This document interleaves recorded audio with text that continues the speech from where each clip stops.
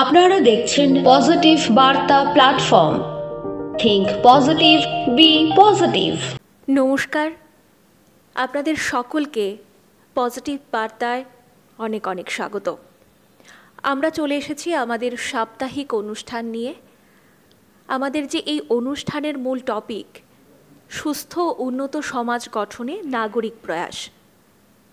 এবং আপনাদের সকলকে বলেছিলাম যে সুস্থ এবং উন্নত সমাজ গঠনে নাগরিক প্রয়াস তখনই সম্ভব যখন আমাদের এই সমাজের নাগরিকরা নিরাপদে বাঁচতে পারবে, নিজের স্বাধীনভাবে নিজের মত বিনিময় করতে পারবে, সমাজটা নেশা মুক্ত গঠন হতে পারবে, মেয়েরা স্বাধীনভাবে চলতে পারবে।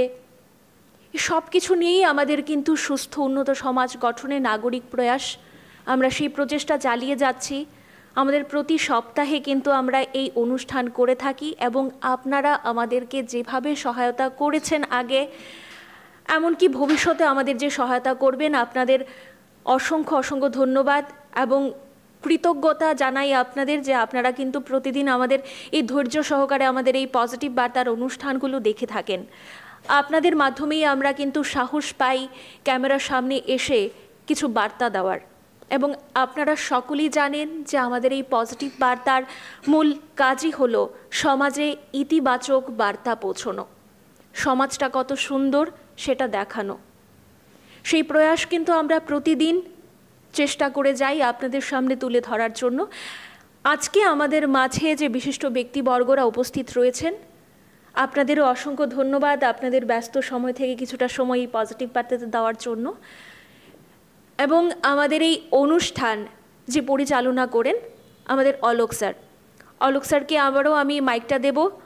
অলোক স্যারের কিছু মূল্যবান বক্তব্য উনি আপনাদের সামনে তুলে ধরবেন এবং এই অনুষ্ঠানের পরিচালনা করবেন। অসংখ্য ধন্যবাদ স্নিগ্ধাকে। পজিটিভ বার্তার যারা এই মুহূর্তে দেখছেন টিভির পর্দায়, তাদের সকলকে আমার আন্তরিক শুভেচ্ছা প্রণাম জানাই। আপনারা জানেন যে পজিটিভ বার্তা শুধু কথায় পজিটিভ নয়, কাজেও পজিটিভ চেতনা নিয়ে আসবার জন্যই প্রথমে মনোবিকাশের যেই কাজগুলি করার প্রয়োজন, সেই জায়গাগুলি আমরা সংযোজিত করছি, একত্রিত করে আমরা চাইছি যে প্রকৃত অর্থেই আমাদের এই সমাজটা যাতে অত্যন্ত উন্নত সমাজের দিকে এগিয়ে যায়, যেখানে উন্নত বলতে আর্থিক উন্নয়নই একমাত্র উন্নতি নয়, মানদণ্ডের হিসেবে ব্যক্তি চরিত্র এবং দেশপ্রেমী নাগরিকত্ব, সমাজবদ্ধ জীব হিসেবে আমরা সেই মূল্যবোধকে তুলে ধরতে চাই। আমাদের প্রাচীন সভ্যতা, ঐতিহ্যময় ভারতীয় সভ্যতা, তাকে মাথায় রেখে আমরা আমাদের কর্মসূচিগুলি ধারাবাহিকভাবে করতে থাকব, যার একটি আজকের এই অনুষ্ঠান, সুস্থ ও উন্নত সমাজ গঠনে নাগরিক প্রয়াস। আমরা সবাই নাগরিকরা যারা রয়েছি, যে যেখানেই থাকি, যেমন আমরা তিলোত্তমা আগরতলা নগরে রয়েছি, শহরে রয়েছি, আমরা অধিকার সম্বন্ধে যথেষ্ট তৎপর বা জ্ঞানী, কিন্তু আমরা কর্তব্যের বিষয়ে যথেষ্ট ম্রিয়মাণ হয়ে থাকি। আমরা সেই জায়গায় জেনে বুঝেও নিজেদেরকে গুটিয়ে রাখি। ঘটনাটা হচ্ছে, যদি পজিটিভ জায়গাতেই যেতে হয়, তাহলে আপনাকে প্রত্যেকটি মানুষকে তার শুভ চেতনার দিকে যেমন নিয়ে যাবে, অধিকার যেমন আপনি গ্রহণ করবেন, আপনার কর্তব্য পালনের মাধ্যমে সেই অধিকার লব্ধ যারা করাচ্ছেন তাদেরকে সহযোগিতা করতে হবে। আমরা চাই পজিটিভ বার্তার মাধ্যমে একটা সমাজের সমস্ত শ্রেণীর নাগরিকদের নিয়ে তাদের ব্যক্তি জীবনের যেই মর্মার্থ কথা, সেইগুলিকে তুলে ধরে তার নির্যাসটা আমরা দিতে চাই প্রকৃত অর্থে সমাজকে উন্নয়নের পথে নিয়ে যাওয়ার জন্য। আর সেই কর্মসূচি প্রতি শনিবার, সাপ্তাহিক শনিবারে আমরা ঠিক বিকেল 5টা থেকে 6টা এই সময়ের মধ্যে আমরা করে থাকি। আজকে আমাদের মাঝে উপস্থিত আছেন রাজ্যের বিশিষ্টতম ব্যক্তিত্ব, তার মধ্যে রয়েছেন ট্রেডার ফুল ফর্ম উনিই বলবেন, আমিও জানি কিন্তু বলতে চাইবো না, ওনার মুখ থেকেই শুনবো। Trader director general doctor DS Das মহোদয় রয়েছেন আমাদের সঙ্গে। শিক্ষা জগতের এক অনন্যা ব্যক্তিত্ব ধারী এবং যিনি অন্যদিকেও সামাজিক এক প্রতীয়মান ব্যক্তিত্ব, সীমা সরকার মহোদয়া, প্রিন্সিপাল বিভিন্ন ইনস্টিটিউটের ছিলেন, অরুন্ধতিনগর ইংলিশ মিডিয়াম এবং স্কুলের উনি প্রিন্সিপাল ছিলেন, এক্স প্রিন্সিপাল। এছাড়া ওনার বহুবিধ কাজ সমাজকে উদ্বুদ্ধ করে, সেই সীমা সরকার আমাদের মাঝে রয়েছেন। আমরা একে একে অতিথিদের বরণ করে নিচ্ছি। নমস্কার স্যার, ম্যাডাম, আপনাদের অসংখ্য ধন্যবাদ। পজিটিভ বার্তায় আমাদের ডাকে আপনারা সাড়া দিয়ে এসছেন। আপনাদের থেকে আমরা আপনাদের যে ব্যক্তি মতামত সেটাকে আমরা নেব এবং এটা আমরা সংরক্ষিত রাখছি। যারা যারা এখানে ইতিমধ্যে এসে গেছেন এবং ধারাবাহিকভাবে আসবেন, তাদের সকলের মূল যে জায়গাগুলি জিস্ট পয়েন্ট, সেই জিস্ট পয়েন্টটাকে আমরা তুলে রাখছি। সেগুলিকে একত্রিত করে আমরা চাইছি সমাজ বিকাশের ক্ষেত্রে আমরা সেই ওই বলে না ওষুধি দাওয়াই ওরকমভাবে তৈরি করব, যেটা মানুষের জীবনে, আমাদের নাগরিক সমাজের জীবনে অত্যন্ত ফলপ্রসূ হয়ে উঠবে। প্রথমেই আমি বলবো, যারা পর্দার ওপারে রয়েছেন, ইতিমধ্যেই আমার সহকর্মী স্নিগ্ধা খুব সুন্দরভাবে বলেছেন যে আপনারা সাহস যোগাচ্ছেন, পাশে থাকছেন, সহযোগিতা করছেন বলে আমরাও আপ্লুত, শুধু আপ্লুত নই, আমরাও পরিক্রমা চালিয়ে যাচ্ছি। উদ্দেশ্য একটাই, আমি আপনি পর্দার ওপারে যারা রয়েছেন আপনারা, আর আমরা যারা এপারে পর্দার এপারে এই অনুষ্ঠানগুলি করছি, সবাই মিলে চাই একটা সুন্দর দেশ, উন্নত ভারতবর্ষ, যেটা প্রকৃত অর্থেই বিগত বহু বছর ধরে আমরা ভারতবর্ষের যে রূপরেখা সারা বিশ্বের মাঝে ছিল, তা দিনকে দিন এর পতাকা উড্ডীয়মান হচ্ছে এবং আগামীতে সর্বোচ্চ জায়গায় ভারত আবার জগৎ সভায় শ্রেষ্ঠ আসন লবে। এই জায়গায় যাওয়ার জন্য যা যা করার প্রয়োজন, ভারতীয় নাগরিক হিসেবে, এই রাজ্যের বাসিন্দা, এই রাজ্যের নাগরিক হিসেবে আমরা সেই কর্তব্য পালন করব এবং আমরা চাই আপনাদের পূর্ণ সহযোগিতা, আপনাদের মতামত বিভিন্নভাবে আপনারা আমাদের পাঠাতে পারেন, আমাদের মেল অ্যাড্রেসে পাঠাতে পারেন, আমাদের ইউটিউব কমেন্টস করতে পারেন, ফেসবুকে কমেন্টস করতে পারেন। বিভিন্ন প্রক্রিয়া আছে, আমরা সবাই মিলে চাইছি আমাদের এই অনুষ্ঠানের মাধ্যমে আমরা মানুষের মনে একটা বিশেষ জায়গা তৈরি করে নিতে চাইছি। পজিটিভ বার্তা, যাতে প্রতিটি মানুষ নেগেটিভ আচরণের থেকে দূরে সরে পজিটিভ আচরণে 24 ঘন্টার মধ্যে নিজেদেরকে নিয়োজিত রাখেন। কিভাবে দেশটা ভালো হবে? দেশটা তখনই ভালো হবে যখন আমরা নিজেরা নাগরিকরা সবাই সর্বদিক দিয়ে ভালো থাকব। স্নিগ্ধা বলছিল মেয়েরা নিরাপদে অবস্থান করবেন, চলাফেরা করবেন, তাদের কাজকর্ম, পড়াশুনো সমস্ত কিছু করবেন, এটা অত্যন্ত জরুরি। মায়েরা যদি নিরাপদ না হয় তাহলে আগামীর প্রজন্ম দ্বিধা বিভক্ত হবে। তাই মায়েদের সম্মানের চোখে আমরা রাষ্ট্রকেই মা বলি, ভারত মাতা বলে থাকি। তো আমাদের কর্তব্য, দায়িত্ব, কর্তব্যের অন্যতম জায়গা যে আমরা যারা নাগরিক তারা সবাই আমরা আমাদের মাতৃজাতকে, নারীদের আমরা প্রচণ্ডভাবে সম্মানের চোখে দেখব, যেটা ইতিমধ্যেই ভারতবর্ষের একটা অন্যতম জায়গা দক্ষিণ ভারত। দক্ষিণ ভারতে আপনারা যদি গেছেন, অনেকেই যাতায়াত আছে, আপনারা জানবেন দক্ষিণ ভারতে নারীদের কিন্তু বিশেষ সম্মানের চোখে দেখা হয় এবং সেখানে প্রকৃত অর্থে আর্থিক উন্নয়ন এবং অন্যান্য উন্নয়নের ক্ষেত্রেও দিকমাত্রা ছাড়িয়ে যায়। আমি প্রথমেই চলে আসছি আমাদের আজকের অনুষ্ঠানের যিনি দিক দেখাতে পারেন, কারণ আমি ওনাকে আমন্ত্রণ জানানোর সময় একটা কথা বলেছিলাম যে স্যার আপনি যে ডিপার্টমেন্টে আছেন আর যে দায়িত্বে আছেন, আপনার পক্ষে সম্ভব শিক্ষিত যুবক সমাজ যারা হয়তো কর্মের সঙ্গে যুক্ত হয়নি এখনও, তাদের একটা দিক বেরোতে পারে। কারণ ড্রাগ নামক যে বিষয়বস্তু আমাদের এই ত্রিপুরাকে যেভাবে আক্রান্ত করছে দিনকে দিন, সমস্ত অভিভাবক মণ্ডলী অত্যন্ত ঘাবড়ে গেছেন। সবাই মিলে আমরা এই জায়গাটাকে পরিশোধন করতে গেলে প্রকৃত অর্থেই যেটা প্রয়োজন সেটা হচ্ছে মানুষকে মানুষের মতো করেই বাঁচতে শিখতে হবে। তাই আমি প্রথমেই চলে যাচ্ছি ডক্টর ডিএস দাসের কাছে।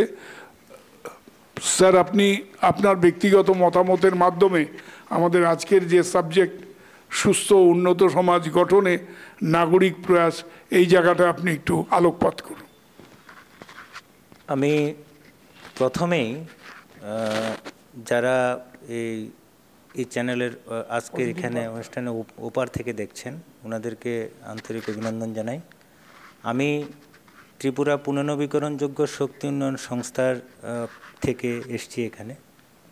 এটা আজকে খুব আজকের যে সময়কাল, এই ডিপার্টমেন্টটা খুব ইম্পর্ট্যান্ট। কেন ইম্পর্ট্যান্ট আমি বলছি। এর আগে আমি প্রথমেই অভিনন্দন এবং ধন্যবাদ জানাতে চাই পজিটিভ বার্তাকে। এই যে পজিটিভ কথাটা, এই যে কথাটা, এটাই কিন্তু, এই যে শব্দটা, এটাই কিন্তু সবচেয়ে গুরুত্বপূর্ণ আমি বলবো একটা শব্দ। কেন? আমাদের প্রতিটা থিঙ্কিংয়ের মধ্যে একটা পজিটিভ দিক থাকে, একটা নেগেটিভ দিক থাকে। এখন আমরা যে চিন্তা করি ম্যাক্সিমামটা নেগেটিভ, পজিটিভ আমাদের কাছে খুবই কম আসে। এটা আমি আমার এক্সপিরিয়েন্স থেকে বলছি। কিন্তু এটা যদি আমি একটা এক্সাম্পল দিই, ইনস্ট্যান্স দিই, আমার যদি এমন মনে হয় যে আমি একটা গাড়ি চালাতে পারবো না, বা একটা ট্রাক গাড়ি আমি দেখলেই ভয় পাই, চালাতে পারবো না, এটা হচ্ছে আমার নেগেটিভ দিক। কিন্তু আমি যদি মনে করি না আমি পারবো, তাহলে কোনো না কোনো সময় আমি ট্রাক গাড়ি চালাতে পারবো। তো এই যে পজিটিভ দিকটা, এটাকে যদি আমি ধরে রাখতে পারি, স্বাভাবিক কারণেই আমার উন্নতি এবং সামাজিক পরিবেশ আমার সবারই দিকটা উন্নত হবে এবং আমরা সমাজে সুন্দরভাবে বাঁচতে পারব। তো এই যে পজিটিভ বার্তা, এই কারণে আমি ধন্যবাদ জানাচ্ছি। এরকম মানসিকতা, এরকম অনুভব করা, সমাজকে এই জিনিসটা সম্পর্কে অবগত করা, এটা একটা অভাবনীয় কাজ আমি বলে মনে করি। কারণ এই বার্তাটা যদি আমরা মানুষের কাছে দিতে পারি, সত্যি সমাজ একদিন পজিটিভভাবে চিন্তা করতে শিখবে এবং যে যে কাজগুলি আমরা করি সেই কাজের মধ্যে আমরা পজিটিভ ফল অবশ্যই পাব। যাই হোক, আমি ত্রিপুরা পুনর্নবীকরণযোগ্য শক্তি উন্নয়ন সংস্থা থেকে, এটা হচ্ছে অ্যাকচুয়ালি রিনিউয়েবল এনার্জি। তো রিনিউয়েবল এনার্জি আমরা কিন্তু একটা সেকেন্ড, একটা মুহূর্ত এনার্জি ছাড়া কিন্তু আমরা বাঁচতে পারি না। আজকাল আমরা দেখেছি যে যে সমস্ত সোর্সগুলো থেকে আমরা এনার্জিটা পাই, এগুলো কিন্তু দিন দিন নিঃশেষিত হচ্ছে, ডিপ্লেটিং হয়ে যাচ্ছে। এখন আমাদের কাছে একটা বিরাট সংকট এসে দাঁড়াচ্ছে যে আমরা তো হয়তো চলে যাব, কিন্তু আমাদের ভবিষ্যৎ প্রজন্ম এই সংকট থেকে কীভাবে উত্তরণ পাবে। এবং এই উত্তরণের জন্য কিন্তু এই যে একটু আগে আপনি বললেন যে আমার দায়িত্ব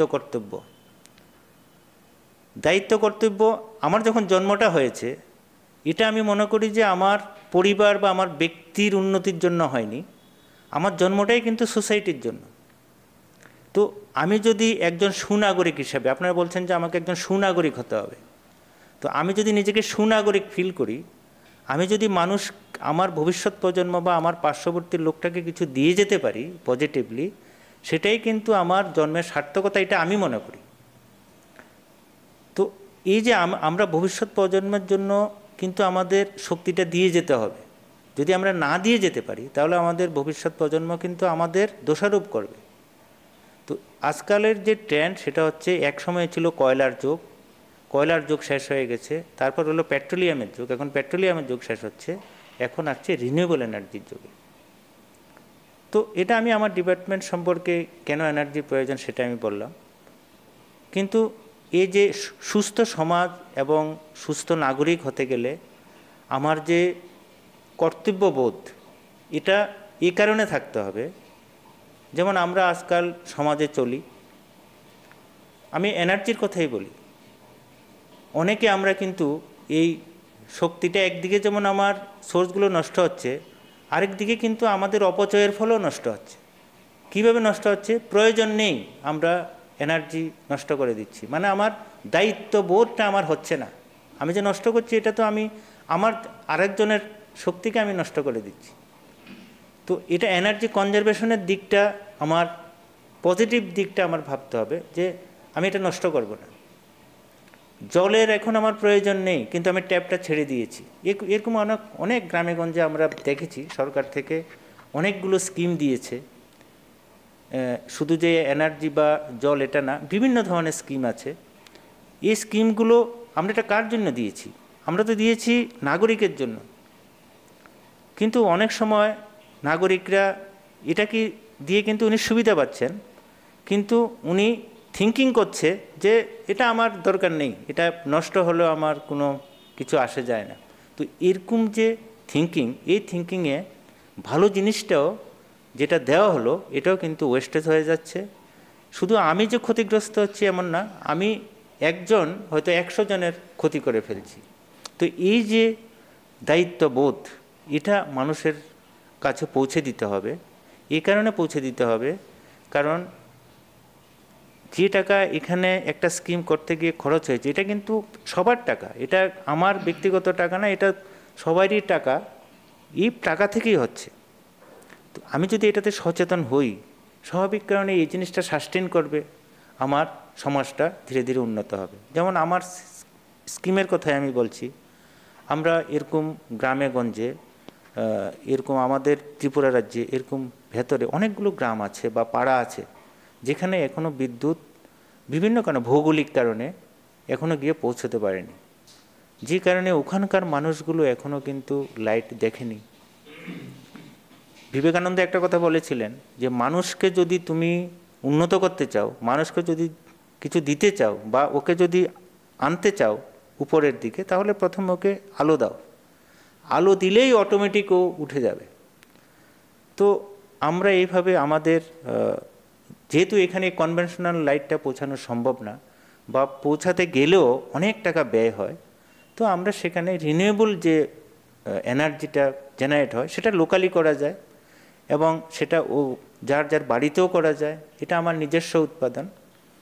তো এরকম 274টা পাড়াকে আমরা আইডেন্টিফাই করেছি এবং ওখানে আমরা সোলারের মাধ্যমে বিদ্যুৎ পৌঁছে দিয়েছি। আমি জাস্ট একটা উদাহরণ দিচ্ছি, এই বিদ্যুৎটা যখন ওদের এখানে পৌঁছে দিলাম, দেখেছি যে ওদের লাইফে একটা ড্রাস্টিক্যালি একটা চেঞ্জ হয়ে গেছে, লাইফস্টাইলের মধ্যে চেঞ্জ হয়ে গেছে। কিভাবে চেঞ্জ হয়েছে? বাচ্চারা আগে সন্ধ্যার সময় পড়তো না, এখন ওরা সন্ধ্যার সময় পড়াশোনা করতে শিখছে। আগে ওদের গ্রামেগঞ্জের মানুষরা কি একমাত্র ব্যাম্বো হ্যান্ডলুম জিনিস তৈরি করে, ওরা একমাত্র দিনের বেলায় তৈরি করত। এখন যেহেতু রাত্রিবেলা ওরা লাইট পায়, ওরা দিনের বেলা যদি 5টা করে, রাত্রিবেলা 5টা করে, অটোমেটিক্যালি ওদের উৎপাদন বেড়ে গেছে। উৎপাদন বাড়াতে ওদের বিক্রিটাও বেড়ে গেছে, বিক্রি বেড়ে যাওয়ার ফলে ওদের ইকোনমিক্যালি ওরা ডেভেলপমেন্ট হচ্ছে। এখন এখানে আমরা একটা মেসেজ দিতে চাইছি যে এই জিনিসটাতে ওদের ওনারশিপ আনতে হবে। এখনও সে ওনারশিপটা আসেনি। ওনারশিপ যতক্ষণ না পর্যন্ত না আসবে সেই জিনিসটাকে অ্যাডপশন ওরা করতে পারবে না। এই কারণে সেখানে আমরা কিছু অ্যাওয়ারনেস প্রোগ্রামের আয়োজন করছি। এটা আমি এই কারণে বলছি, যত সমস্ত স্কিমে আমরা দেই, যতক্ষণ না পর্যন্ত নাগরিকের ভিতর সেই পজিটিভ ভাবনাটা না আসে যেটা আমার জন্য, ততক্ষণ পর্যন্ত কিন্তু আমি সেই জিনিসটাকে ইউটিলাইজেশন করতে পারবো না, দ্বিতীয়ত সেটাকে সাস্টেনও করতে পারবো না। তো এই ধরনের আমরা কিছু কিছু স্কিম করছি যাতে আমরা সবাইকে এরকম দিতে পারি এবং লাইভলিহুড অ্যাক্টিভিটির জন্য। লাইট দেওয়ার পরে সেটা আমরা আরও দেখেছি, যে সমস্ত গ্রামগুলোতে মার্কেট ছিল না, ছোট ছোট দোকানও হয়ে গেছে, বিজনেস অ্যাক্টিভিটিও বেড়ে গেছে। তো এটা আমরা একটা পজিটিভ দিক এটা দেখেছি, ওই প্রোগ্রামের পজিটিভ দিকটা এটা দেখেছি। কিন্তু এটাকে সাস্টেন করতে গেলে এদের ভিতরে অ্যাওয়ারনেস প্রোগ্রামটা আরও বেশি পরিমাণে জাগাতে হবে, যাতে ওরা যাতে ফিল করতে পারে যে এটা আমার জন্য, এটা আমার জন্য নয়, আমার ছেলের জন্য, আমার ছেলের ছেলের জন্য, এরকম ফিল করার জন্য ওদেরকে সেই জিনিসটা আমরা পৌঁছে দেওয়ার চেষ্টা করছি, যাতে সেটা সাস্টেন করে। আরেকটা জিনিস যেটা আমি বলতে চাইছি যে এখনকার উনি যে বলেছেন যে যুব সমাজ একটু অন্যদিকে ঝুঁকে যাচ্ছে, কর্মের প্রতি ওদের ঝোঁক কম হয়ে যাচ্ছে, এখানে আমি একটা কথা বলতে চাই, যত সমস্ত স্কিম আছে প্রতিটা স্কিমের মধ্যে কিন্তু কর্মসংস্থানের সুযোগ আছে। যেমন একটা উদাহরণ দেই, আমরা পিএম কুসুম স্কিমটাই যদি আমরা ধরি, পিএম কুসুম হলো সোলার পাম্প বসিয়ে জলসেচের ব্যবস্থা করে কৃষিজ উৎপাদনকে এক ফসলের জায়গায় দ্বিগুণ করা, এবং দ্বিগুণ হলে কৃষকের আয়ও দ্বিগুণ হয়। সেটা কি করে হয়? সোলার পাম্প বসিয়ে, সোলার প্লেট বসিয়ে জল উত্তোলন করে সেটা করা হয়। তো এই যে ইকুইপমেন্টগুলি বসানো হয় সেখানে অনেকগুলো কাজ রয়েছে। ফার্স্ট কাজ, কোথায় বসাবো সেটা একটা সার্ভে ওয়ার্ক আছে, টেকনিক্যালি ফিজিবল কিনা এটা একটা সার্ভে ওয়ার্ক আছে, যেখানে বসাবো আমি এবার আইডেন্টিফাই করলাম, সেখানে বোরিং ওয়ার্কের কাজ আছে, আমি জল উত্তোলনের জন্য ক্রিয়েশন অফ ওয়াটার সোর্স আমার করতে হয়, তারপর সেখানে আমি সোলার পাম্প বসানোর কাজ আছে, ইনস্টল করার কাজ, শুধু ইনস্টল করলে তো হয় না, সেটাকে মেনটেনও করার কাজ আছে, অপারেশন মেনটেন। তো এই যে অনেকগুলো কাজ আছে, যদি কোনো যুবক ইঞ্জিনিয়ারই বলি বা টেকনিক্যাল কোনো পার্সন বলি, ওরা যদি মনে করে যে আমি তো একটা সরকারি চাকরি পাচ্ছি না, আমার মনে হয় সরকারি চাকরি করলেও তো আমি টাকা দেয় এই কারণে আমি যাই, মানে সেটা আমি কারোর এমপ্লয়ি হলাম, কিন্তু আমি তো নিজেও সেলফ এমপ্লয়ি হতে পারি, এটা তো কোনো বাধা নেই। আমি নিজেও তো এই কাজটা করে সেলফ ইনকাম করতে পারি, আমি তো সেলফ ইনকাম হয় আমার। তো এরকম এই সমস্ত স্কিমের মধ্যে কিন্তু এই সমস্ত কাজের সুযোগ রয়েছে। এখন আমাদের যেহেতু আমি একটু কথা আগে বলেছি যে এটা শুধু বসালে হবে না, এটা তো আমার ভবিষ্যৎ প্রজন্মের জন্য একটা সাস্টেন করে দিয়ে যেতে হবে, সে পরিমাণ অপারেশন মেনটেন্যান্স করার জন্য রিনিউয়েবলের লোক এখনও সেই পরিমাণে তৈরি হয়নি, যে কারণে গভর্নমেন্ট অফ ইন্ডিয়া একটা স্কিম করেছে যে আমাকে ম্যান পাওয়ার তৈরি করতে হবে, স্কিল ডেভেলপমেন্ট থেকে বিভিন্ন ট্রেনিংয়ের আয়োজন করা হয়েছে। এরকম 20 লক্ষ যুবককে ট্রেনিং দেওয়ার জন্য একটা প্রোগ্রাম নিয়েছে। তো এই প্রোগ্রামের মধ্যে ইঞ্জিনিয়াররা আসতে পারে, আইটিআই ছেলেরা আসতে পারে, মাধ্যমিক পাস ছেলেরা আসতে পারে, যে কোনো যুবকেরা আসতে পারে। ওরা ট্রেনিং নিয়ে এই সমস্ত কাজের সঙ্গে জড়িত হয়ে এখান থেকে ইনকাম করতে পারে। আরেকটা, ওরা নিজেরা এন্টারপ্রেনারশিপ করে ছোট ছোট কাজ করে নিজেরা ইনকাম করতে পারে। আমি যেমন একটা পিএম কুসুম বললাম, পিএম সূর্যাঘর আমাদের সারা ভারতবর্ষে 1 কোটি পরিবারের সোলার প্ল্যান্ট বসানোর জন্য প্ল্যান নিয়েছে, কিন্তু আমরা সেই পরিমাণ ভেন্ডার যারা বসায়, ছোট ছোট এন্টারপ্রেনারশিপ আমাদের কাছে নেই। এগুলি যুবকরা আমার মতে ওদিকে ধাবিত না হয়ে, অন্য বাজে চিন্তায় ধাবিত না হয়ে, কি হবে চাকরি পাবো না এইভাবে চিন্তা না করে, এগুলিতে যত পরিমাণে নিজেকে এঙ্গেজ রাখতে পারবে, যত পরিমাণে এই ট্রেনিংগুলো নিয়ে নিজে একটা সেলফ এমপ্লয়মেন্ট হতে পারে, আমার মনে হয় যে এটা যেমন নিজে একটা শুধু যে ইনকাম তা নয়, আমি আমার দায়িত্বটাকেও নিলাম, ভবিষ্যৎ প্রজন্মের জন্য আমি এই এনার্জিটাকে সুরক্ষিত করার একটা কাজ করলাম, এটাতে আমার একটা ভূমিকা আছে। আমি এখানে চাকরি করি শুধু পয়সা পাই এমন না, এটা তো আমারও একটা ভূমিকা যে আমি ভবিষ্যৎ প্রজন্মের জন্য এটা একটা তৈরি করে দিয়ে গেলাম। তো এই যে একটা অনুভব, এই যে একটা নিজের ভিতর জাগিয়ে তোলা, এটা আমি মনে করি একটা খুব ভালো দিক, এবং পজিটিভ বার্তা এই জিনিসটা মানুষের কাছে পৌঁছে দিতে চাইছে। এটা রিয়েলি আমার কাছে খুব আমি কি বলবো, এটা এখনকার সময়ের জন্য খুব উপযুক্ত, এবং এটাকে অবশ্যই আরও আগিয়ে নিয়ে যাওয়া, এটা আমি মনে করি। স্যার একটু ডিটেল আমি জানবো, মাঝখানে কয়েকটা কথা আপনাকে বলতেই হবে, আপনার থেকে শুনতে হবে। সেটা হচ্ছে যে স্যার, এই যে কুসুম বিকাশ যেটা বললেন যে প্রোগ্রামটা এরকম, তারপরে যে এটার জন্য সেলফ এমপ্লয়মেন্টেরও একটা ব্যবস্থা আছে, যে 2 না 3 ইউনিট পর্যন্ত মনে হয় এটা TSECL কে বেচা যাবে, এবং তার থেকে টাকাও পাবে, মানে যেই পরিমাণ টাকা পাওয়া যায়। আমার মনে হয় আজকের বহু ডিপ্লোমা ইঞ্জিনিয়ার আছে বা অন্যান্য, শুধু ডিপ্লোমা ইঞ্জিনিয়ার না, মাধ্যমিক পাস, উচ্চ মাধ্যমিক পাসের প্রচুর ছেলে যুবকরা রয়েছে যারা হয়তো কর্মের সন্ধানে এখানে ওখানে ঘুরছেন বা দেখছেন, চেষ্টা করছেন। পরিত্রাতা হিসেবে আপনাদের ডিপার্টমেন্ট একটা উল্লেখযোগ্য জায়গা নিতে পারে। আর আমাদের ছোট্ট পাহাড়ি রাজ্য ত্রিপুরা, এর বেশিরভাগ জায়গায় টিলা, তো কিছু কিছু জায়গাতে এমন আছে যে এই সোলার এনার্জিকে বাড়ি বাড়িতে বসিয়ে তারা কিন্তু একদিকে রোজগারও করতে পারে, আরেক দিকে যেটা বলা যায় যে কোনো রকম দূষিত আবহাওয়া না তৈরি করে, পলিউশন না করে আপনাদের মাধ্যমে কিন্তু এগুলি করতে পারে। এই ব্যাপারে একটু পরে আপনার থেকে ডিটেল আরেকবার জানবো। তো মাঝে আমার যেটা মনে হলো যে স্যারকে একটু থামিয়েছি এই কারণে যে দর্শক বন্ধুরা আপনারা যারা আছেন, কে বলতে পারে আপনার পাশের বাড়ি ছেলেটি হয়তো কাজ না পাওয়ায় বা কাজ না থাকায় একটু অন্য কিছু ভাবছে, অন্যদিকে যাওয়ার চেষ্টা করছে, যেটা আগামী দিনে তার জন্য বিপদ ডেকে নিয়ে আসবে। তাই বলবো যে আপনি শুনছেন, যে শুনছেন, আপনারা এই ব্যাপারগুলি সুন্দর মন দিয়ে শুনুন একটু, এবং কিভাবে আপনি পারেন আপনার পর্দার ওপারে থেকেও মানুষের উপকারে মূল তথ্যটাকে দিতে। যে দেখছে না সে জানতেও পারছে না যে তার হাতের সামনে কিছু সুযোগ সরকারিভাবে আছে, যেই সুযোগগুলি নিয়ে তারা জীবনধারাকে এক নতুনভাবে সংযোজিত করতে পারে। আমরা একটা কথা আছে ইংরেজিতে, ম্যান ইজ মর্টাল, জন্মেছি যখন মরতেই হবে, মৃত্যুর মতো সত্য কথা আর কিছু হয় না।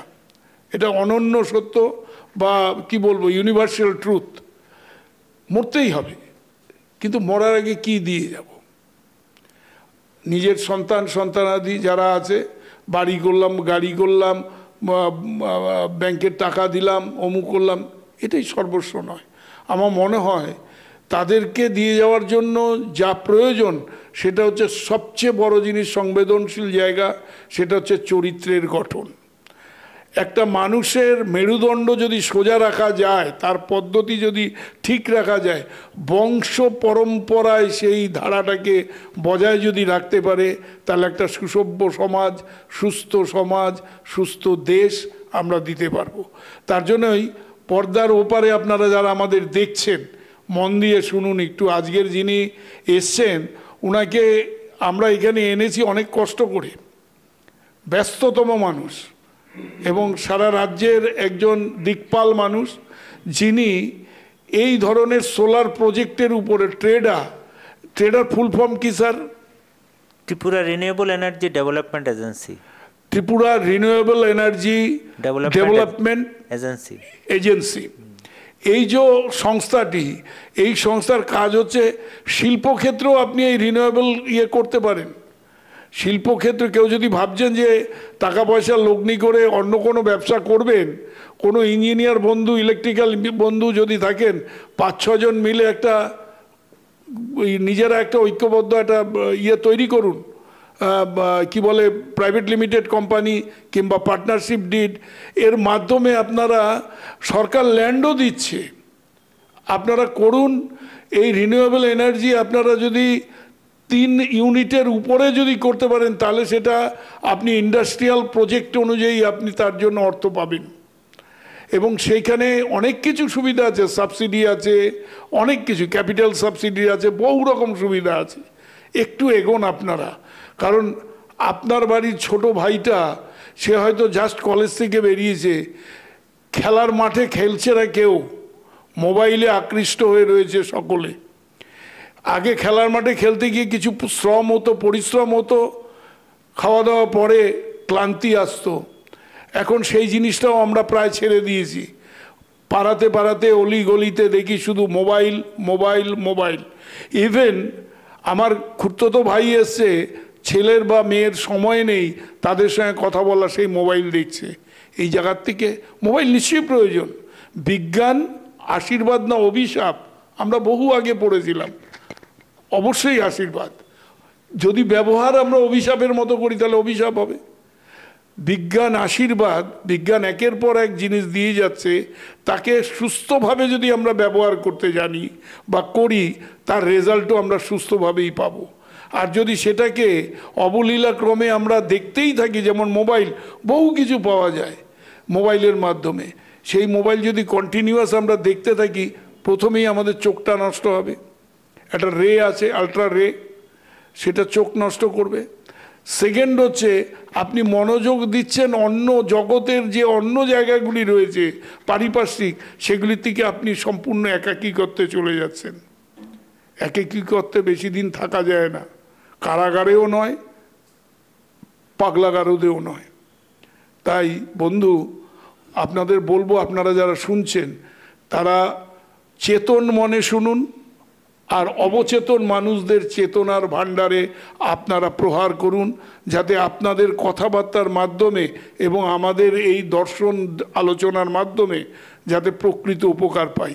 আমি একটু আসবো আমাদের শিক্ষা জগতের অনন্য ব্যক্তিত্ব সীমা সরকার মহোদয়ের কাছে, তারপর আবার স্যারের কাছে যাব, কারণ ওনার থেকে শুনতে হবে যে আগামী প্রজন্ম কিভাবে তারা সুরুচির পরিচয় দেয় এবং সুষ্ঠু সমাজ গড়ার ক্ষেত্রে তাদের অগ্রণী ভূমিকা কীরকমভাবে হয়। ম্যাডাম, আপনি এবার একটু।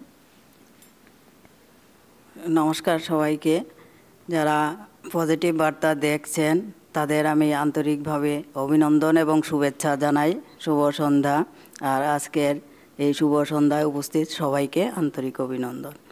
তো আমি প্রথমে আমার পরিচয় দিচ্ছি। আমি দীর্ঘ 37 বছর শিক্ষা জগতের সঙ্গে যুক্ত ছিলাম। 21 বছর আমি প্রিন্সিপালের দায়িত্ব পালন করেছি।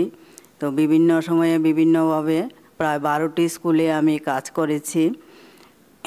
তো আমার যে স্কুলে চাকরি জীবনের অভিজ্ঞতাটুকুই সবার সঙ্গে শেয়ার করতে চাই কিছুটা।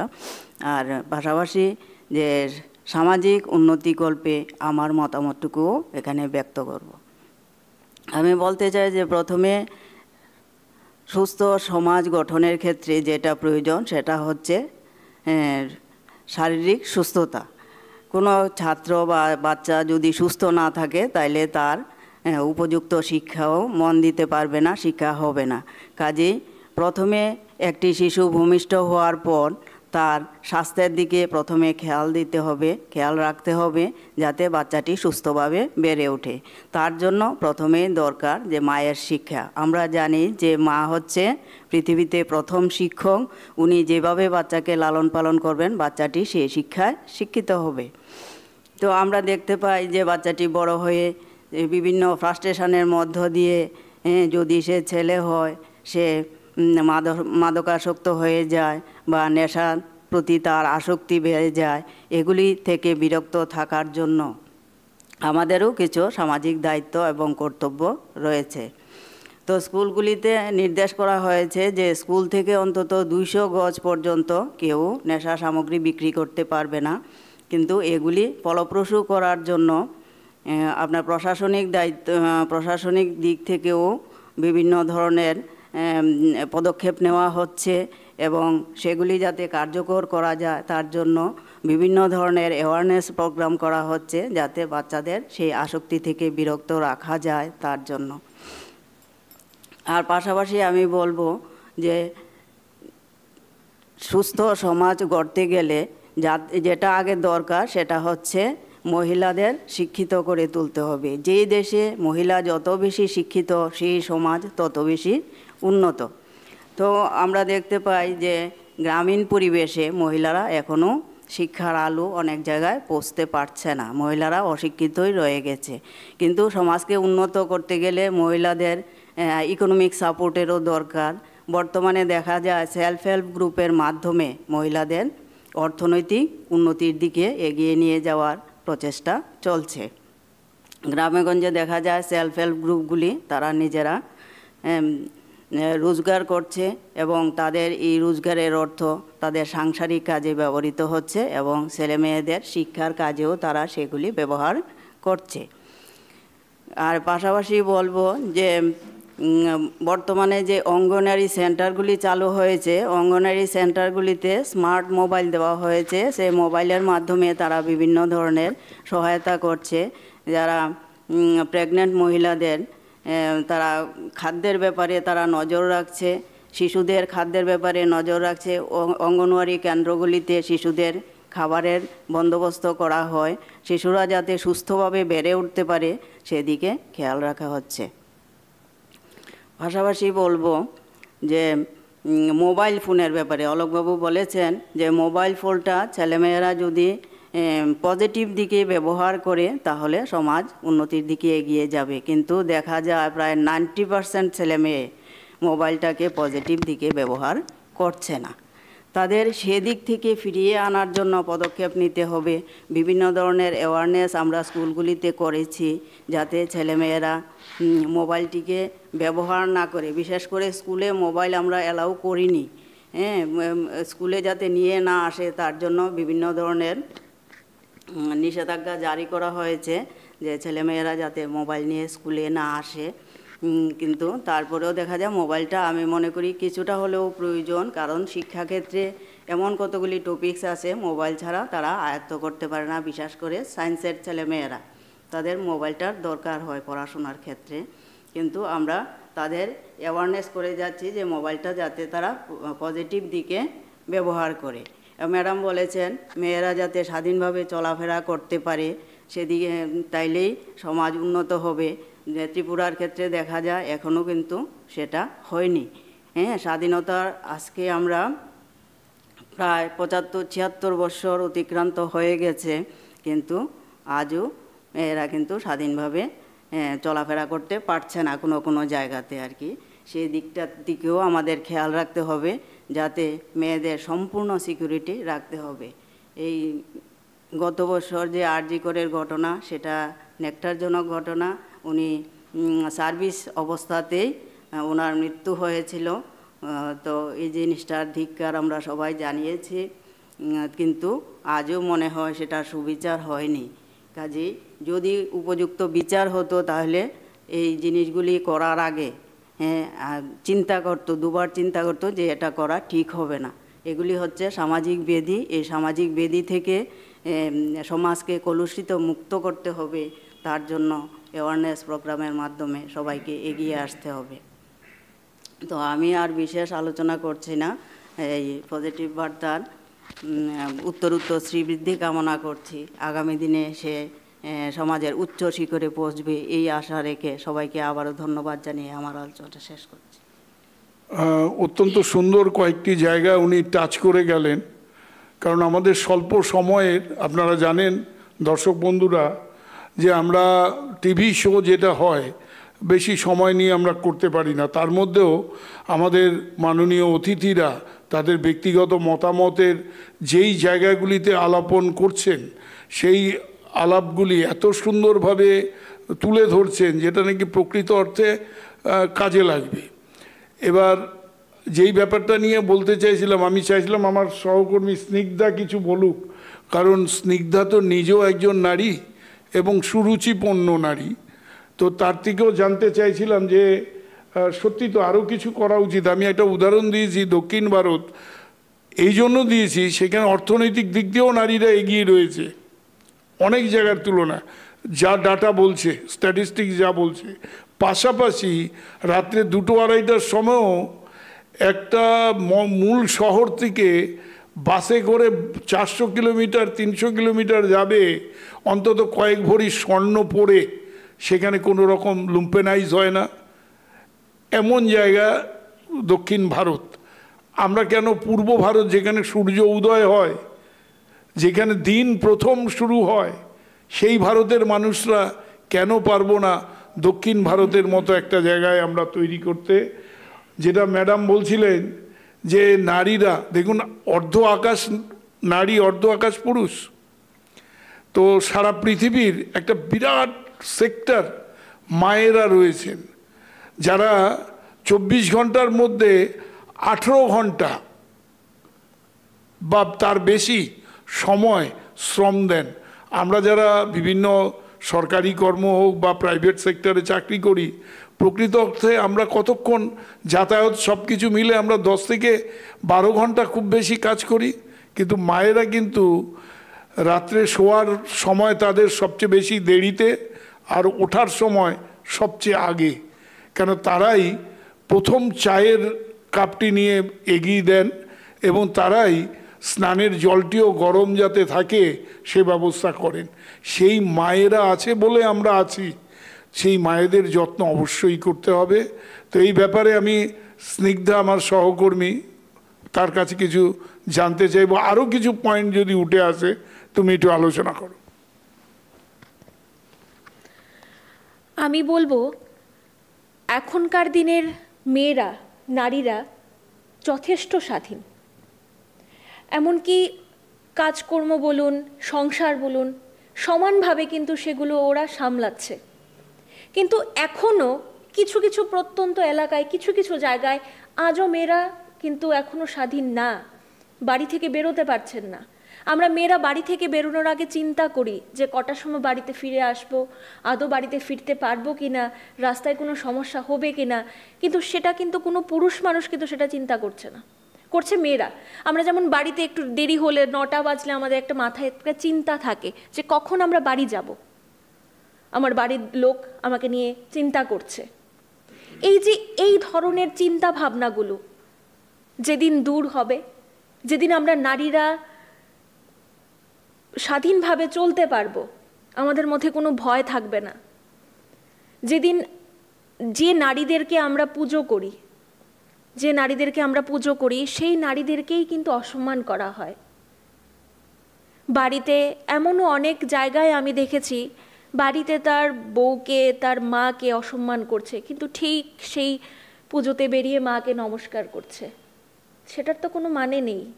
আমি মনে করি ঘরের মাদের পুজো করলেই বাইরের মার পুজো হয়ে যায়। সেটা আমি নারী বলে বলছি না, কিন্তু সেটাই দরকার, সেটাই উচিত। আর একটা মার জন্যই কিন্তু তুমি সব কিছু দেখতে পারছো, সেটা ভোগ করতে পারছো। সেই মাদেরকে যদি তুমি অবহেলা করো তাহলে ভগবান তোমাকে অবহেলা করবে আমার মতে। তো আমি মনে করি নারীদের স্বাধীনভাবে বাঁচতে দেওয়া দরকার, নারীদের নিজের রোজগারে চলা দরকার। এই যে আমাদের একটা নারীদের একটা সমস্যা থাকে যে লোকে কি বলবে, সেই বুঝে কিন্তু আমরা নারীরা অনেক কিছুই আমরা করতে পারি না।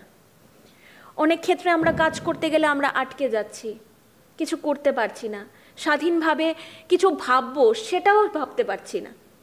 ওই একটাই কথা ছোটবেলা থেকে মা বাবা শিখিয়ে আসছে, লোকে কি বলবে সেটা ভেবে চলো।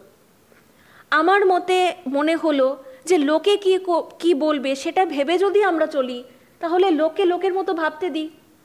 আমি আমার মতো করে ভাবি, আমি আমার মতো করে চলি। আমি যদি নিজে সঠিক পথে চলি তাহলে আশা করি আমার মা বাবাও আমাকে সেই সহায়তা করবে, আমার পারিপার্শ্বিক যারা রয়েছে তারাও আমাদেরকে সহায়তা করবে। অ্যাকচুয়ালি হলো নিজের মনটাকে স্থির করা দরকার, নিজে কি করব নিজে ঠিক করা দরকার, কারোর সহযোগিতা না নিয়ে নিজে কি করব সেটা ভাবা দরকার প্রত্যেকটা মেয়েদের। এমনও অনেক জায়গায় মেয়েরা রয়েছে পরের উপর ডিপেন্ডেন্ট। আমি মনে করি মেয়েরা স্বাধীন হন, আপনারা নিজের পায়ে দাঁড়ান, কারণ প্রত্যেকটা মায়ের ভেতরে, প্রত্যেকটা নারীর ভেতরে কিছু না কিছু গুণ লুকিয়ে থাকে। হয়তো সেটা পারিবারিক কোনো কারণে, হয়তো সেটা আর্থিক কারণে, হয়তো সেটা লোকে কি বলবে সেই কারণে, বা অনেকেও শিক্ষার কারণে আমরা পিছিয়ে যাই মেয়েরা।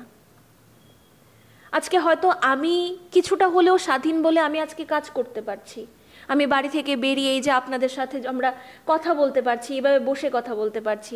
এই যে ম্যাম বললেন যে মেয়েদের শিক্ষা বাড়ানো দরকার, মেয়েদের শিক্ষিত হওয়া দরকার, হয়তো উনি সেই স্বাধীনতা পেয়েছেন বলে কিন্তু উনি এসে আমাদের সাথে সেই আলোচনাগুলো করতে পারছেন। কিন্তু এখনও অনেক মেয়েরা রয়েছে, অনেক নারীরা রয়েছে, ওনারা কিছু বলতে ভয় পায়। হয়তো ওই যে তাদের মাথায় ওই চিন্তা যে লোকে কি বলবে। তো আমার কথা হলো যে মেয়েরা নিজের চিন্তায় চলো, নিজের ভাবে চলো, নিজে যেটা ভালো মনে করো সেটাই করো। তুমি যদি একটা সংসার চালাতে পারো, তুমি যদি নিজের ছেলে মেয়েদের বড় করতে পারো, তাহলে তুমি বাইরে বেরিয়ে তুমি অনেক কিছুই করতে পারো আমার মতে। তো আমার আর কিছু বলার নেই, আপনারা অনেক আমার থেকে বয়সে বড়, আমি যে কিছু বলবো সেটা সাহসও আমার নেই। যতটুকু পেরেছি ততটুকু বলার চেষ্টা করেছি, কারণ আমার মতে মনে হয় নারীদের সেই স্বাধীনতাটা দরকার, প্রত্যেকটা নারীদের। কারণ হ্যাঁ, এটা হয়তো ঠিক যে উনি যে বললেন যে মেয়েরা সারাদিন এই সকালবেলা ঘুম থেকে ওঠার পর থেকে ঘুমানোর আগ অবধি সে কিন্তু তার পরিবারের চিন্তাও করে, রোজগারের চিন্তাও করে, যেখানে কাজ করতে যায় সেখানের সহকর্মী যারা রয়েছে তাদের চিন্তাও করে, এমনকি সেই যে রোজগারটা করে বাড়িতে এই যে দিন মাস শেষে এই যে টাকাটা নিয়ে যায় ঘরে, তার কিন্তু একটাই উদ্দেশ্য থাকে যে সংসারটা আরেকটু কি করে ভালো করা যায়, আরেকটু কি করে ইনকামটা বাড়ানো যায়, বা আমি মানে পরের কাছে আমি যেন টাকাটা ধার করে না নিয়ে নিজের রোজগারে যেন চলতে পারি। তো তার জন্য আমার মতে সব নারীদের স্বাধীন হওয়া দরকার, রোজগারি হওয়া দরকার সব, কারণ নারীরা মানে স্বয়ং সম্পূর্ণা। মা দুর্গা যদি 10 হাতে সব কিছু সামলাতে পারে, তাহলে নারীরাও, আমরা যারা নারীরা রয়েছি তারাও সব কিছু পারে। আমার এইটুকুই বলার। হ্যাঁ, একটা স্লোগান এই মুহূর্তে সারা দেশব্যাপী এবং বিশ্বব্যাপী চলছে, আমি নারী আমি পারি, বা আমরা নারী আমরা সব কিছু পারি। সত্যিই তো তাই। নারী এমনই একটা জায়গা, এই এমন একটা ক্ষমতা সম্পন্ন জায়গা যেখানে ওরাই পারবে নতুন প্রজন্মকে পৃথিবীর বুকে নিয়ে আসতে। তো যার মধ্যে এই অভিব্যক্তি আছে, 10 মাস 10 দিন বা আগে পরে হয়, এখন বিভিন্ন রকমভাবেই হচ্ছে, তো এই যন্ত্রণা সহ্য করে যে পারছে একটা শিশুকে জন্ম দিতে, সেটা তো নারী ছাড়া পুরুষরা কোনোদিন করতে পারবে না। বিজ্ঞান সেই জায়গায় এখনো যায়নি। শুনছি আমরা টিউবে হচ্ছে, অমুক হচ্ছে, অনেক কিছু নতুন নতুন প্রক্রিয়াকরণে হচ্ছে, কিন্তু সেই বেবিগুলি কিন্তু প্রকৃত অর্থে সুস্বাস্থ্যের জায়গাতে থাকতে পারছে না। ম্যাক্সিমাম ক্ষেত্রেই দেখা গেছে যারা একটু মেন্টাল কিরকম পিকুলিয়ারিটি তাদের মধ্যে চলে আসছে, ম্যাক্সিমাম ক্ষেত্রেই অসহিষ্ণু হয়ে পড়ছে এই চাইল্ডরা। তো যাই হোক, মার গর্ভে যারা বড় হয়েছে, সেই শিশু যারা জন্মগ্রহণ করেছে, সূর্যের আলো দেখছে, সেই মাকে ভ্রুকুটি করবে, এটা মনে হয় না কাম্য। একটা সুস্থ সমাজে এই জিনিস আশাও করা যায় না, কিন্তু প্রতিদিন এই ঘটনা ঘটে যাচ্ছে। আজও থানায় থানায় গেলে দেখা যাবে মহিলাদের কান্নার রোল, কারণ হচ্ছে তারা অনেক ক্ষেত্রেই তাদের বিরুদ্ধে এমন এমন কর্মকার্য পুরুষরা করছেন যা মা, বোন, পিসি, মাসি, কাকিমা, মার সম্প্রদায়, মাতৃ সম্প্রদায় যারা রয়েছেন তাদের ক্ষেত্রে ঘৃণ্যনীয় জায়গায় তৈরি করে দিয়েছে। তো আমার মনে হয় ও যেটা বলছিল যে প্রথম জিনিস যেটা প্রয়োজন, আমি যতটুকু বুঝি বা সমাজে চলতে চলতে যতটুকু আলোর দিশা পেয়েছি, তাতে যা উপলব্ধি, প্রথমে আমাদের সবাইকেই সঠিক শিক্ষায় শিক্ষিত হতে হবে। শিক্ষা অনেক রকম হয়। শিক্ষা শুধু পুঁথিগত শিক্ষা নয়, শিক্ষা সামাজিক শিক্ষা, পারিবারিক শিক্ষা, এইগুলিও লাগবে। আর ওই যে লোকে কি বলে, যে কথাটা স্নিগ্ধা বলছিল, লোকে কি বলে, হ্যাঁ লোকে কি বলে, যেদিন প্রথম মাইক্রোফোনের সামনে আসতে হয় একটু কম্পন হয়, যত জ্ঞানী হন একটু কথা বলতে আড়ষ্টতা আসবে, এটাই নিয়ম। তো স্বাভাবিকভাবে আপনাদের বেরিয়ে আসতে হবে। আপনাদের জন্য ব্যবস্থা সরকারের মাধ্যমে অনেক কিছু করার চেষ্টা হচ্ছে। কেন করবে? অর্ধ আপনারা নারী, অর্ধ পুরুষ। এই দেশটা আপনার আমার সবার, সেখানে অর্ধেক ক্ষমতা আপনার, আমাদেরও অর্ধেক ক্ষমতা। তা আমরা অর্ধেক ক্ষমতা নিয়ে পূর্ণ ক্ষমতার অধিকারী যদি হতে পারি, হোয়াই নট ইউ? আপনি কেন নন? কারণ আমরা এই দেশে, আমাদের প্রধানমন্ত্রী, প্রাক্তন প্রধানমন্ত্রী মহিলা ছিলেন, বর্তমান রাষ্ট্রপতি সর্বোচ্চ জায়গায় রয়েছেন, তিনি মহিলা, বহু রাজ্যের মুখ্যমন্ত্রী মহিলা।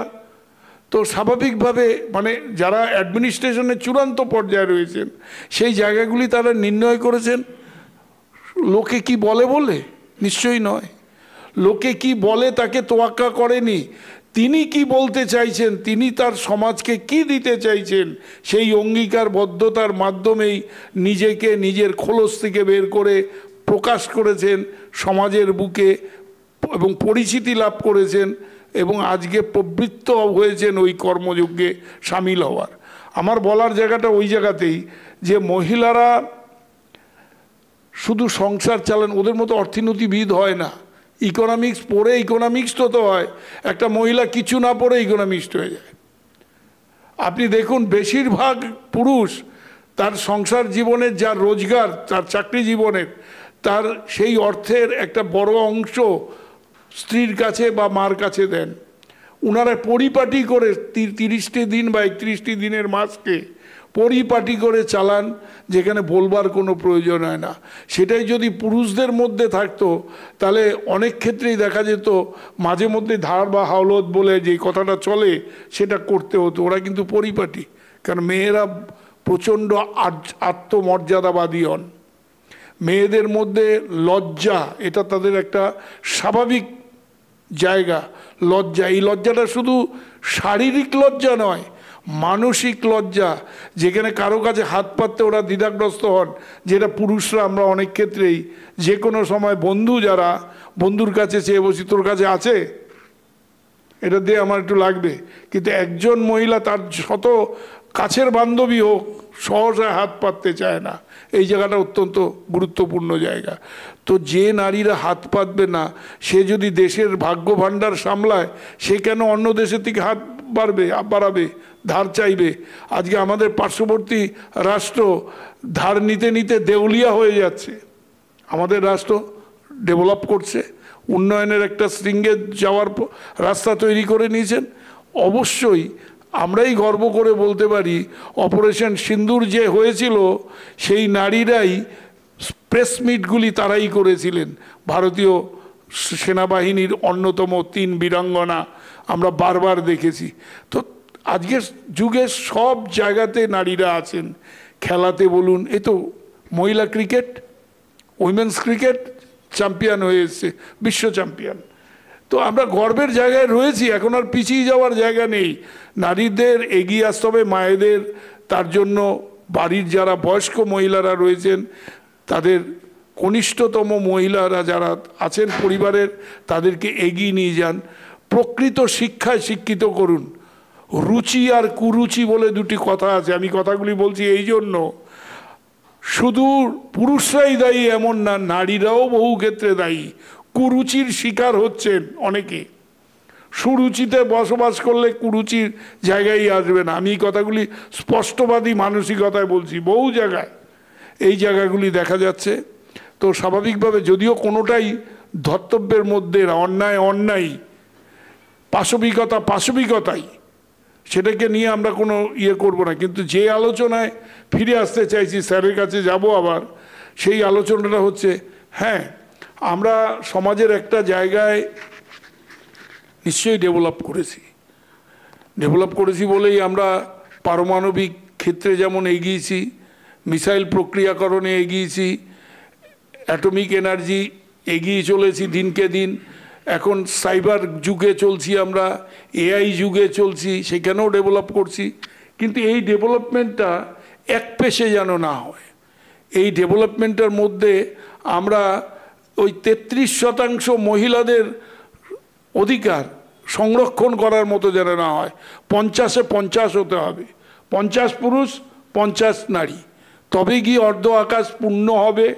এবং সেদিন আমরা পারবো আমাদের সমস্ত অংশের, সমস্ত যতগুলি ক্ষেত্র আছে সমাজ বিচরণের, প্রতিটি জায়গায় যদি নারীদের সেই জায়গাগুলিতে আমরা অংশগ্রহণ পাই, তাহলে প্রকৃত অর্থে আমরা উপকৃত হব এবং দেশ এগিয়ে অনেক দূর যাবে, যেটার স্বপ্ন আমাদের মুনি ঋষিরা দেখেছেন। আমি বারবার আমার কথায় বলি যে ভারত, আবার হ্যাঁ এটা সত্য, ভারত একটা আধ্যাত্মিক জায়গায় রয়েছে। ভারত সারা বিশ্বের একটা আধ্যাত্মিকতার অন্যতম পীঠস্থানের জায়গায় রয়েছে, যেখানে বারবার বলা হয় এবং জন্মগ্রহণ করে মুনি ঋষিরা, যারা বারবার বলছেন ভারত আবার জগৎ সভায় শ্রেষ্ঠ আসন লবে। আমরা দেখে যেতে পারবো কিনা জানি না, কিন্তু যদি 50-50 হয়, মানে 50% মহিলা 50% পুরুষ, এই অধিকার যেদিনকে সমগ্র ভারতবর্ষে আসবে, আমরা মনে হয় সমস্ত দিক দিয়ে আমরা এগিয়ে যেতে পারবো। স্যার আপনি এই ব্যাপারে একটু আলোকপাত করুন। আর বিশেষ করে যারা এন্টারপ্রেনারশিপে যেতে চাইছেন, যেই যুবকেরা বা যেই যুবতীরা, শুধু যুবক বলাটা ঠিক হবে না, তারা আমাদের নবযৌবনে যারা পা রেখেছেন, আমরা গর্ব করি 68% আমরা যুবক ভারতবর্ষ সারা বিশ্বের। এই জায়গাটাতে আমরা যেন হারিয়ে না যাই, আমরা যেন তাদের উন্মাদনা শক্তিকে আমরা এগিয়ে নিয়ে যেতে পারি, এই দিকে আপনি একটু আলোচনা করুন। আমি আবার কিছুটা একটু আলোচনা করতে চাইছি। অলোকবাবু একটু বললেন যে বিষয়টা নিয়ে, এই বিষয়টা নিয়ে। তবে এর আগে আমি এতক্ষণ ধরে যে নারীদেরকে নিয়ে কথা হচ্ছে, সত্যি আমি আমার ব্যক্তিগত লাইফ থেকেই বলছি। ওই আপনি বললেন যে নারীরা ঘর কিভাবে সামলায়, আমি আমার মার উদাহরণই দিতে চাই। আমার মা এখনও আমাদের 4 ভাই বোন, মার এত ক্যালকুলেশন দেখেছি, মানে খরচের ব্যাপারে যদি মানে একটা জিনিস ওয়েস্টেজ হতো, এটা মার মানে সহ্য হতো না, এত ক্যালকুলেশন করে করতো। এখন তো আমরা ঠিক আছে চাকরি করি, এখনও মা যদি আমরা কিছু একটা বেশি এক্সট্রা খরচ করতে যাই, ওর কিন্তু মার কিন্তু বাধা যে এই জিনিসটা প্রয়োজন না, তোমার এটা এক্সট্রা খরচ। মানে আমি সেটা মা এত মিতব্যয়ী ছিল। এটা গীতাতেও বলেছিল যে আমি যদি মিতব্যয়ী হতে পারি সেই ক্ষেত্রেই কিন্তু আমি অনেকটা এগিয়ে যেতে পারব। কিন্তু আমি যদি আমার প্রয়োজন ছাড়া বিনা প্রয়োজনে অনেক কিছু খরচ করছি, সেক্ষেত্রে কিন্তু আমার তো এখানে কিন্তু নারীদের একটা বিশাল ভূমিকা, যে পরিবারকে যে এইভাবে এগিয়ে তুলে আগলে রাখে। সত্যি খুব আজকে আলোচনাটা খুব ভালো লাগছে আমার। তো যে বিষয়টা নিয়ে আপনি আমাকে বলতে বলছেন, সেই বিষয়টা নিয়ে আমি একটু বলতে চাইছি যে এখন যুবকরা যে চাকরি নেই বলে পিছিয়ে পড়তে হবে এমন নয়। আমি এই যে আমাদের রিনিউয়েবল এনার্জি স্কিম দিয়ে আমি বলছি, অন্যান্য স্কিম তো আছেই। আমরা ত্রিপুরাতে অনেক সোলার এনার্জি বসিয়েছি, 50,000 সোলার স্ট্রিট লাইট বিভিন্ন গ্রামে। আপনি দর্শকদের দিকে তাকিয়ে বলুন। বিভিন্ন গ্রামে গঞ্জে আমরা 50,000 সোলার স্ট্রিট লাইট বসিয়েছি। এই স্ট্রিট লাইটগুলো কোম্পানি যারা বসিয়েছে তারা 5 বছর মেনটেন করে, ঠিক আছে, কিন্তু এই স্ট্রিট লাইটগুলোর নর্মাল লাইফ, আমি যদি নর্মাল লাইফ ধরি, সেটা হচ্ছে 25 বছর। এই 25 বছর লাইটটাকে জীবিত রাখতে গেলে স্বাভাবিক কারণে এটাকে আমাকে মেনটেনেন্স করতে হবে। এখন এই মেনটেনেন্স করতে গেলে আমার এখানে যে ওয়ার্কফোর্স দরকার, টিম দরকার, এই টিমটা কিন্তু আমার কাছে নেই। এই কারণে অনেক যুবকরা যখন আমার অফিসে আসে যে স্যার আপনাদের এখানে কোনো চাকরির সুযোগ আছে কিনা, আমি কিন্তু ওদেরকে বারবারই বলি যে চাকরির পেছনে এইভাবে না দৌড়ে নিজেদের মধ্যে একটা ছোট্ট এন্টারপ্রেনারশিপ করো। তুমি একটা ইঞ্জিনিয়ার, ছোট একটা টিম করো এবং ছোট একটা ইউনিট খুলো। এই যে 50,000 লাইটকেও যদি তুমি মেনটেন করে রাখতে পারো, তাহলে তোমার আর কিছু লাগবে না 25 বছর। আমি একটা লাইটের উদাহরণ দেখালাম। এরকম আমি যে বললাম একটু আগে 274টা আমরা মাইক্রোগ্রিড বসিয়েছি। এগুলিকেও যদি 25 বছর ধরে আমি টিকিয়ে রাখতে চাই, এটার যে মেনটেন্যান্স, এটার যে স্পেয়ার পার্টসগুলো ছোট ছোট ইউনিট করে যদি আমি করতে চাই, সেখানে কিন্তু একটা বিরাট কর্মসংস্থানের সুযোগ আছে। আরেকটা স্কিম যেটা আছে এখন, PM সূর্যাঘর। PM সূর্যাঘরের আওতায় প্রত্যেকের বাড়িতে উনি যেটা জানতে চাইছেন যে আমি যদি সোলার পাওয়ার প্ল্যান্ট বসিয়ে দিই, যে বিদ্যুৎটা সৌরশক্তি থেকে আসে, এটা আমি বাড়ির লাইট সবগুলো চললো, কিন্তু আমার এখন প্রয়োজন নেই, এক্সট্রা পাওয়ারটা আমি বিদ্যুৎ দপ্তরের কাছে চলে যায়। যে জিনিসটা চলে যায় সেটা থেকে আমি বিদ্যুৎ দপ্তর আমাকে উল্টো পয়সা দেয়, কাজে এটা একটা ইনকাম। কাজে এই কাজটাও যদি আমি করতে পারি, সেই ক্ষেত্রেও কিন্তু আমার একটা ইনকাম হলো। আরেকটা যেটা আমি বলতে চাই, PM কুসুম স্কিমে একটা স্কিম আছে, যদি আমি ল্যান্ড পাই, জায়গা পাই, সেখানে আমি সোলার পাওয়ার প্ল্যান্ট বসিয়ে এই বিদ্যুৎ দপ্তরের কাছে, TSCCL এর কাছে আমি বিদ্যুৎটা বিক্রি করতে পারি। তো সেটাও কিন্তু আমার একটা ইনকাম। তো এইভাবে ছোট ছোট প্ল্যান্ট বসিয়ে বসিয়ে আমি যদি ত্রিপুরা রাজ্যের বিভিন্ন জায়গাতে সেটা আমি বিক্রি করতে পারি, TSCCL সেটা কিনবে, তো সেখানেও কিন্তু আমার একটা ইনকামের সোর্স রয়েছে। তো এটা কিন্তু ভবিষ্যতে, এখন যেমন যে অবস্থায় আছে, ভবিষ্যতে কিন্তু এটা আরও বাড়বে, এটা কিন্তু কমবে না। কারণ আলটিমেটলি আমাদের রিনিউয়েবল এনার্জির উপরেই ডিপেন্ড করতে হবে, কারণ কয়লা তো এগুলো শেষ হয়ে যাচ্ছে। তো তো এই কারণে এটা কিন্তু বিরাট এক কর্মযোগ্য কাজে আমি আমাদের যুবক যারা আছে, ইয়ং যারা এখন কাজ চাইছে, আমি ওদেরকে বলবো যে নিজেরা সংঘবদ্ধ হয়ে বা নিজে একলা হোক যদি ক্ষমতা থাকে, গিয়ে এ ধরনের কিছু সংস্থা তৈরি হোক এবং এই কাজগুলোতে মনোযোগ দিক, এই কাজগুলো করুক। শুধু নিজের আমি এটাতে তো ইনকামের কথাটা আচ্ছা আমি বলছি, এটা একটা দিক। দ্বিতীয় আর একটা দিক হচ্ছে যে এটা যদি আমি করতে পারি ভবিষ্যতে কিন্তু আমার শক্তির যে যোগান সেটা আমি দিয়ে গেলাম, সেটা একটা সামাজিক কর্তব্যও বটে। তো এই আমি মনে করি যে আজকের যে আলোচনা পজিটিভলি যদি জিনিসটা আমি নিতে পারি, সত্যিই এক কোনো না কোনো সময় সেটার ফল আমি অবশ্যই পাব। অসংখ্য ধন্যবাদ স্যারকে। কারণ আমরা যে প্রাকৃতিক সম্পদ বলি, খনিজ পদার্থ এবং এগুলি কিন্তু একটা স্তর পর্যন্ত আছে। এই স্তর শেষ হতে আর বেশি দেরি নেই। আমরা এত ইউটিলাইজ করেছি, এত বেশি ব্যবহার হয়েছে যে সেটা কিন্তু একটা সময় শেষ হবে।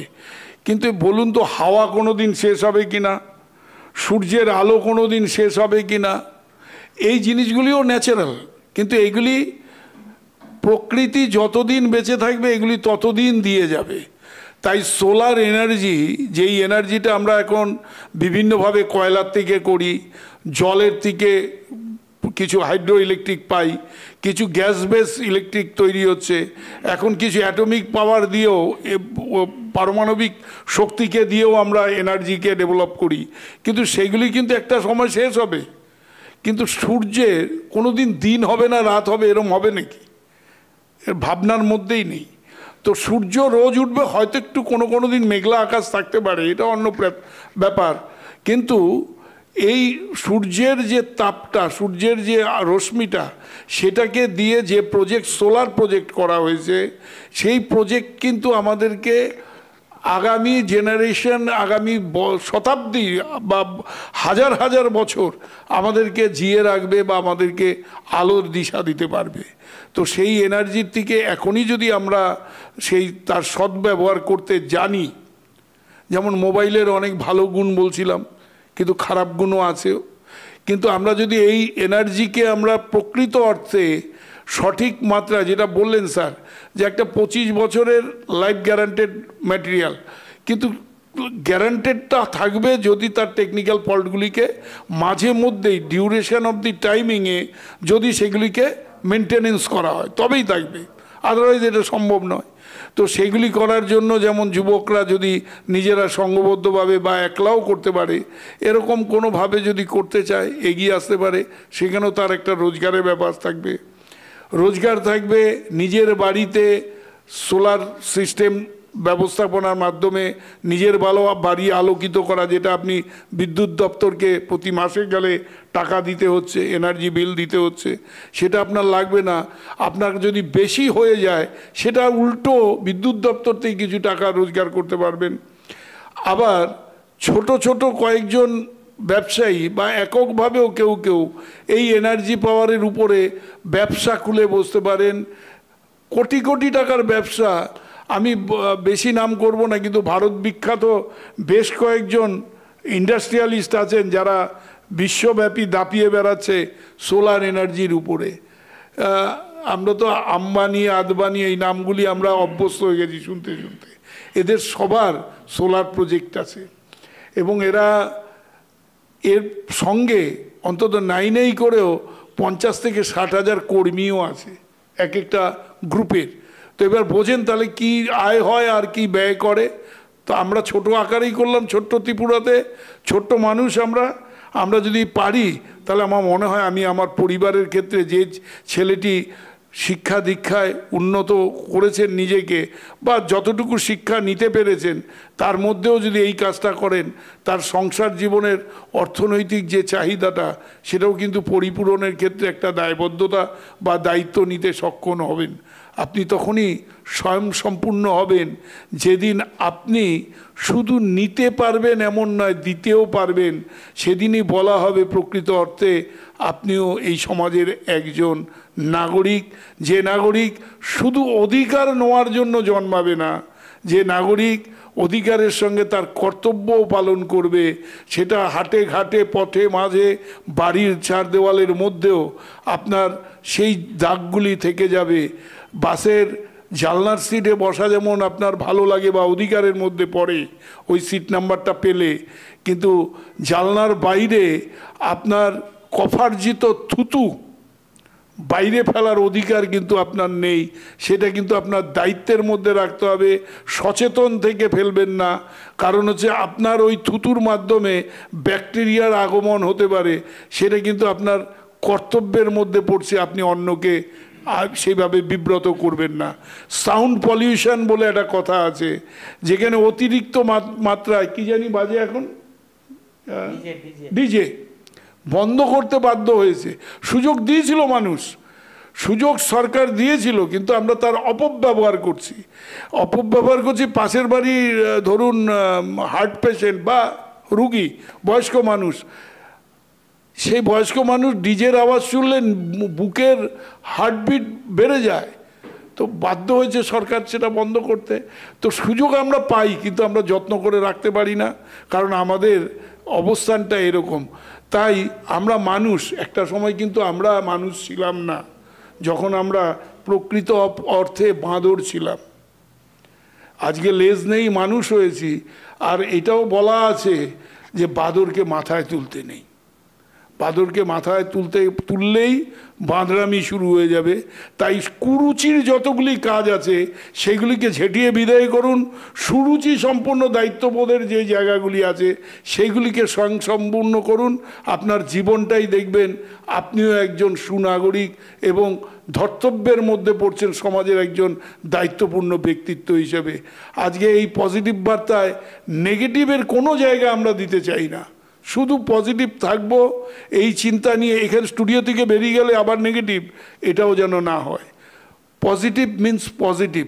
আমাদের ডান হাতের মতোই যেন ব্যবহার করি, বাঁ হাতের ব্যবহার অন্য কাজে করি, ডান হাতের ব্যবহার অন্য কাজে করি। ঠিক আমাদের মননের ক্ষেত্রেও শুভ মন অশুভ মন, বা বলতে পারেন যে শুভ দৃষ্টি অশুভ দৃষ্টি, এই জায়গাগুলিকে আমাদের, অশুভ যতগুলি জায়গা আছে সেগুলিকে আমাদের ইরেজ করতে হবে, কেটে দিতে হবে জীবন থেকে। তবেই দেখবেন একটা সুস্থ সমাজ আমরা সবাই মিলে ভোগ করতে পারবো এবং আগামী প্রজন্মকে এই দায়িত্বশীলতার সঙ্গে সেটা দিতেও সক্ষম হব।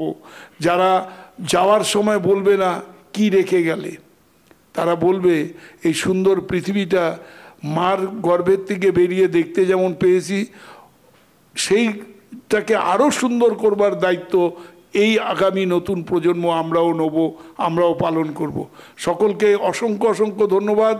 আর যেটা বলেছিলাম মাঝখানে, আপনি দেখছেন, আরেকজন হয়তো দেখছে না, হয়তো সময় হয়নি বা ওই সময় নেই, এই কথাগুলি আপনিও তুলে ধরুন আপনার পাশের কোনো ব্যক্তিকে বা পরিবেশ পার্শ্বিকে, যেখানে বলুন পজিটিভ বার্তা, কিছু পজিটিভ জিনিস আপনাদের মাঝে তুলে ধরতে চলছে। আপনারা জানেন পজিটিভ বার্তা প্রতি রবিবার ত্রিপুরা শান্তিনিকেতন মেডিকেল কলেজে হাট বলে একটি হাটের ব্যবস্থা করেছে। গত 9ই নভেম্বর থেকে রবিবার থেকে এটা চলছে, মানে অসম্ভব সুন্দর। আপনারা পশ্চিমবঙ্গের শান্তিনিকেতন বোলপুরের যারা দেখেছেন, তারা ওইখানে গেলে কবিগুরুর কথা যেমন মনে পড়ে, আর শান্তিনিকেতনের চিত্রটাও দৃশ্যপটে চলে আসে। আমাদের এই ত্রিপুরা শান্তিনিকেতন, আগরতলা শান্তিনিকেতন মেডিকেল কলেজে আমরা আমাদের মায়েদের জন্য, পুরুষদের জন্য নয়, আমাদের মায়েদের জন্য, মহিলা এন্টারপ্রেনারদের আরও বেশি এগিয়ে নিয়ে যাওয়ার জন্য আমরা হাট মানে ডিজিটাল মাধ্যমের সুযোগ দিয়েছি। সেখানে তারা যেমন স্টল করছেন, যত সেলফ হেল্প গ্রুপ আছে বা ব্যক্তি প্রয়োজনায় যারা করছেন তারা যেমন সুযোগ পাচ্ছেন, পাশাপাশি এদের কাস্টমার ভারতের বিভিন্ন রাজ্য এবং বিদেশেরও বিভিন্ন রাজ্য থেকে ব্যাম্বো প্রোডাক্ট, অমুক প্রোডাক্ট, এগুলির চাহিদা তৈরি হচ্ছে হাটের ডিজিটাল মার্কেটিং সিস্টেমের মাধ্যমে। আমরা পজিটিভ বার্তা এই জায়গাটা দিচ্ছি আমাদের উইমেন এন্টারপ্রেনারদের যে আপনারা হাটে আসুন, ই হাটে আপনাদের একদিকে যেমন প্রসাদ সাজিয়ে বসুন, যেখানে প্রতি রবিবার মেলার যে আয়োজন করা হয়, ই হাটের যে আয়োজন করা হয়, একদিকে নৃত্যকলা, সঙ্গীত কলা, বিভিন্ন রকম সাংস্কৃতিক অনুষ্ঠান চলতে থাকে, এবং আরেকদিকে যারা আসেন দর্শক বন্ধুরা তারা কেনাকাটিও করেন। তা আপনাদের পকেটও ভরে, মনও ভরে। আরেকটা জিনিস যেটা ভরার সুযোগ তৈরি করে দেওয়া হয়েছে, বহির্জগতের যাদের সঙ্গে চেনা নেই, পরিচয় নেই, ডিজিটাল হাটের মাধ্যমে, ই হাটের মাধ্যমে আপনাদের পরিচয় ঘটছে। আপনার এন্টারপ্রেনারশিপের ফোন নাম্বার আমাদের কাছে চাইছে, আমরা দিচ্ছি, এবং পরবর্তীতে আপনি ব্যবসাটা পাচ্ছেন। আপনাদের সকলকে বলবো, আসুন ই হাটও পরিদর্শন করুন প্রতি রোববার।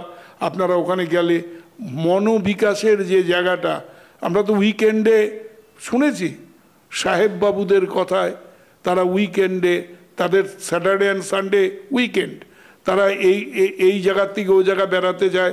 আর্থিক দিক দিয়ে তারা অনেক সুদৃঢ়, আমরা হয়তো পারি না, কিন্তু আমাদের এখানে অত দ্রষ্টব্য স্থানও নেই, খুব গুটি কয়েক আছে ত্রিপুরাতে।